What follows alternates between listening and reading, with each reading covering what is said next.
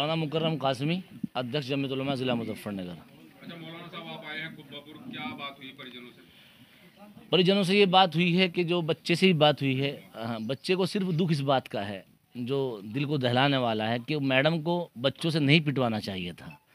Madam मेरी माँ की तरह है, मैडम मुझे मार लेती, मुझे कोई दिक्कत नहीं थी, मैडम ने मेरे बच्चों से पिटवाया है, मेरी बेइज्जती की है।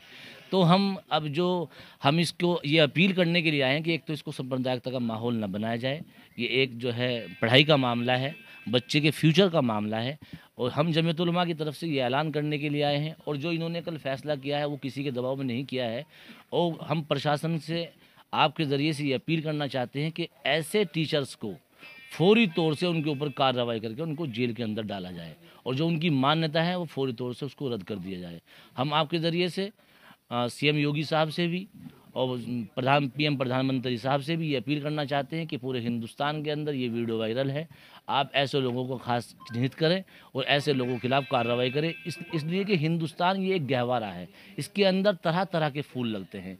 जब सारे फूल एक जगह मिल जाते हैं तो वो गहवारा बन जाता है। इस गहवारे को कुछ लोग तोड़ने की कोशिश कर रहे हैं। इस गहवारे को न तोड़ा जाए, बल्कि इस गहवारे को ऐसे के ऐसे ही रखा जाए।